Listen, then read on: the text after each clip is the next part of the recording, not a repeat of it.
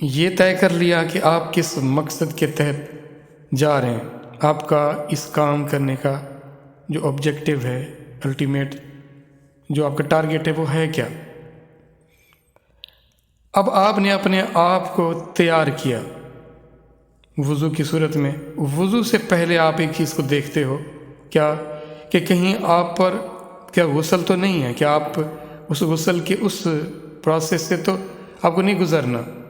پھر آپ وضو کرتے ہیں، اس میں آپ کا پھر جو چیزیں بتائی جاتی ہیں ان کی طرف ہم دھیان دے دیتے ہیں، اکثر اسی کی طرف ہی دھیان رہتا ہے کیا کہ آپ کا جو وقت ہے وہ وقت ٹھیک ہونا چاہیے، جو ڈوز لینے کا وقت ہے۔ لیکن ڈاکٹر سجیسٹ کرتا ہے کہ یہ میڈیسن کی اتنی مقدار فلاں وقت میں لینی ہے۔ اب آپ کا وقت ہو گیا ڈوز لینے کا، وہ آپ کے لیے لازم ہے، تو اب آپ نے ڈوز لینی ہے۔ ڈوز لینے سے پہلے پھر تیاری کی جاتی ہے۔ تیاری میں یہ بتایا جاتا ہے کہ آپ کا جسم پاک ہو، آپ کے جسم کے اوپر جو آپ نے پہنا ہوا ہے وہ پاک ہو، آپ جس جگہ پر وہ ڈوز لیں گے، جس جگہ پر وہ نماز ادا کریں گے، وہ جگہ پاک ہونی چاہیے، اور آپ کا رخ قبلہ کی طرف ہونا چاہیے۔ یہ آپ اہتمام کرتے ہیں۔ ان سارے اہتمام میں جو ظاہری صورتیں ہیں ان کو دیکھا جا رہا ہے، جو اندر کی جس کا ظاہر اتنا پاک ہو اس کے باطن کو کیا ناپاک دیکھا جائے گا۔ آپ کے انر میں، آپ کے اندر اگر حرام لقمہ حرام ہے، آپ کی سوچ ٹھیک نہیں ہے، آپ کسی کے بارے میں بغض، کینہ، حسد اور ہوس لیے کھڑے ہو، کیا وہ قابل قبول ہوگا؟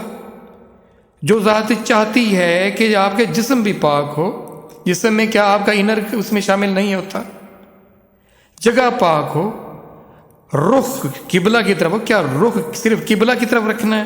رخ اللہ کی طرف نہیں رکھنا۔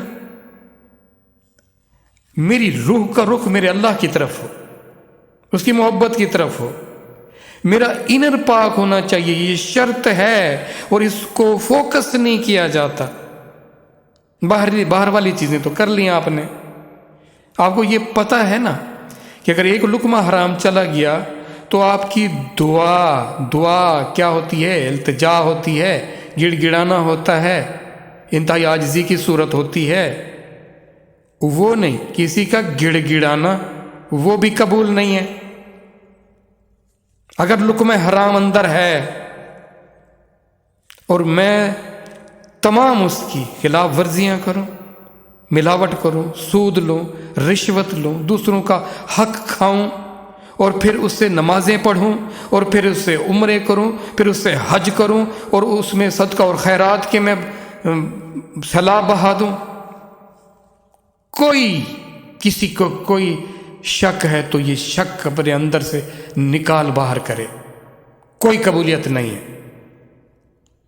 یہ شرط اول ہے، جس شرط کو کوئی دیکھتا ہی نہیں ہے۔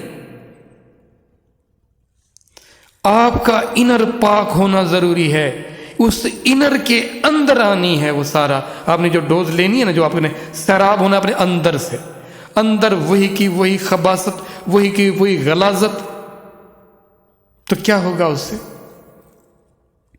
اپنا برتن اندر پاک کرو، اپنا من پاک کرو۔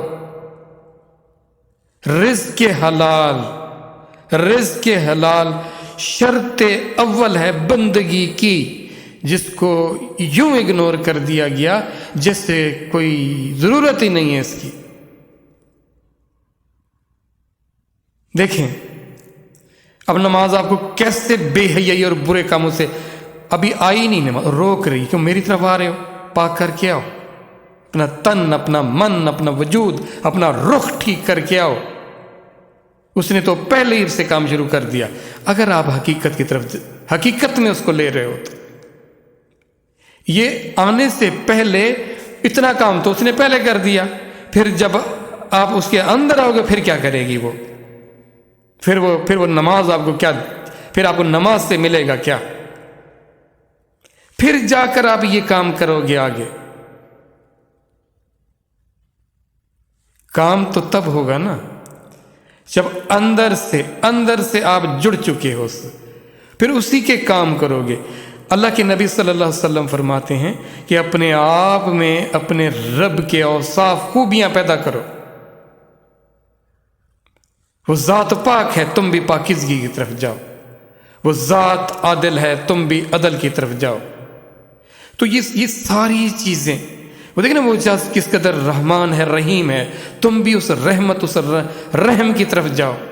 ایک ایک تخلیق پر، ایک ایک مخلوق پر تمہاری رحمت منتقل ہونی چاہیے. لوگے تو منتقل کرو گے نا، ویسے کہاں سے ہوگی؟ تو دیکھیں یہ کیا ہے، یہ آپ کو جو تحفہ دیا گیا، یہ کیسے تحفہ ورک کیسے کرتا ہے، یہ کیسے تحفہ ہے یہ؟